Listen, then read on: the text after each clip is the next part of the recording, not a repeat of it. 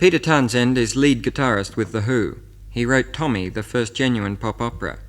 Was Tommy virtually an allegorical version of My Generation? What you're trying to say in Tommy is the same as that you were saying in My Generation? In a funny kind of way. In a funny kind of way that's very perspicacious of you. Because it's true. I mean, I often announce Tommy as like the 70-minute version of My Generation. And in a way, when you think about it, they both have about equal impact. My Generation is our hymn, and Tommy is the kind of the follow-up in a way. It's the only thing which has followed My Generation. Well, what will follow Tommy, Peter? Well, immediately, probably nothing, but again, we might have to wait 3 or 4 years, or maybe a year. I hope that the film that we're about to make will follow it, What sort of film is this going to be? Well, we were originally, as you can imagine, under a deluge of offers to make a film about Tommy, and we finally got a deal done, and this is a feature film, and by this time it was too late, really. No, we felt that this was quite recently. It's probably about 2 months ago, and we felt, well, a year's passed nearly, and how could we really throw ourselves back into it again? It's already becoming a lame idea, and people even have got to the point where they don't so much associate it with The Who anymore. They look upon it as a separate entity, and we wanted to be free of it as much as possible and get on to new things and to get down to the business of doing something new. And I was kind of worried in a way that if we did make a film of Tommy, we'd be in a position where we would be giving it an extra longevity which just might put the seal of death on the group, So we decided to do something completely new, and we haven't really decided what that's going to be yet. And believe it or not, the company that was putting up the money agreed. They said, we'll take your next thing. Peter, have there been any outside plans for other people to stage a full production of Tommy? Yeah, there was a number of people approached us and our management and the record company and people like this to make offers either for, there was talk of off-Broadway ballet companies, a fairly sophisticated ballet company in Ohio, a Canadian ballet company wanted to do it, some opera companies wanted to do it, some amateur, some semi-professional, some fully professional. Lots of talk about TV films, specials involving The Who, not involving The Who. And quite honestly, I think we gave most of them a bit of a hard time, actually, because if they weren't right, we didn't give them the rights, So you wouldn't have authorised that abortive production that was in Sydney recently? Well, I've only really heard about it today from you, and by the sound of it, the exact opposite would have been true. I certainly never heard anything about it from anyone personally in Australia. I don't know. You see, the thing is that I suppose someone gets an idea into their head about doing something, and they just feel that, probably believe in it so vehemently that they imagine that if I was only over there and I could see what they were doing, I would obviously give my consent. That kind of theory, which is human, but not very businesslike. Peter, you do a lot of your work at home. What sort of recording setup have you got in your house? I bought an 8-track recorder because all the group liked my recordings that I did at home and felt that they had a kind of an aspect which you couldn't get in a studio. Well, we all decided together that we'd like to record here, and at the moment we're actually doing that. We're recording some tracks as tests for the BBC. So the next 2 albums will be created in your home? Certainly, yeah.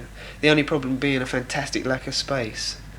The room which we're working in is smaller than this room here, in fact, and it really is a crush.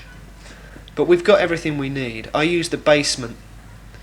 I've got a big basement area. I send all the guitar equipment down there. We have the amplifiers upstairs and the speaker cabinets downstairs. And it must be quite a horrific... we found a mouse yesterday running about, which must have been frightened by the noise that was going on down in the basement and come up. And I watched people going past on the riverbank, looking up with horror, going for their quiet afternoon walk with the sound of Keith Moon playing the drums coming out the window. 50 neighbours had moved out of the area. No, we make a lot of noise, but we're just about containing it. That's the only problem, is that we are a noisy group, and it's quite difficult to contain the sound in a small studio. Peter, how far has The Who progressed since the guitar smashing, amp smashing days of '67, when you were the big hit of the Monterey Pop Festival?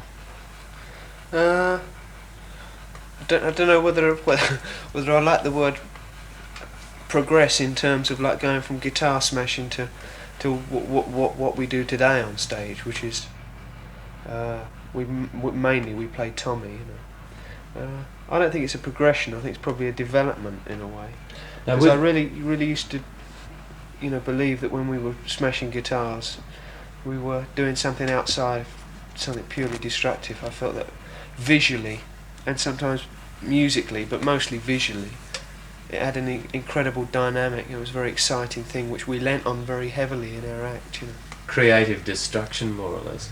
In a way, I used to think of it more in terms of auto-destruction. The fact that part of the music became kind of nihilistic, and part of the whole thing became nihilistic for an unnamed cause, as it were. So that you were sacrificing a fantastic amount, not only of money, but of personal things which you were fond of, like guitars and equipment, for the sake of something which is not particularly defined. Like you don't really know whether or not people even enjoy it or not, but rather that it's a gesture.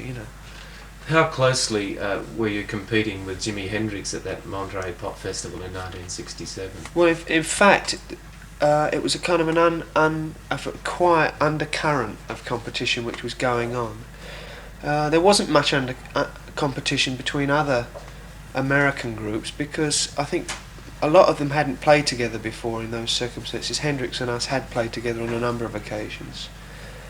And of course, I was a huge Hendrix fan, and was very, very worried about either us following him or him following us. And I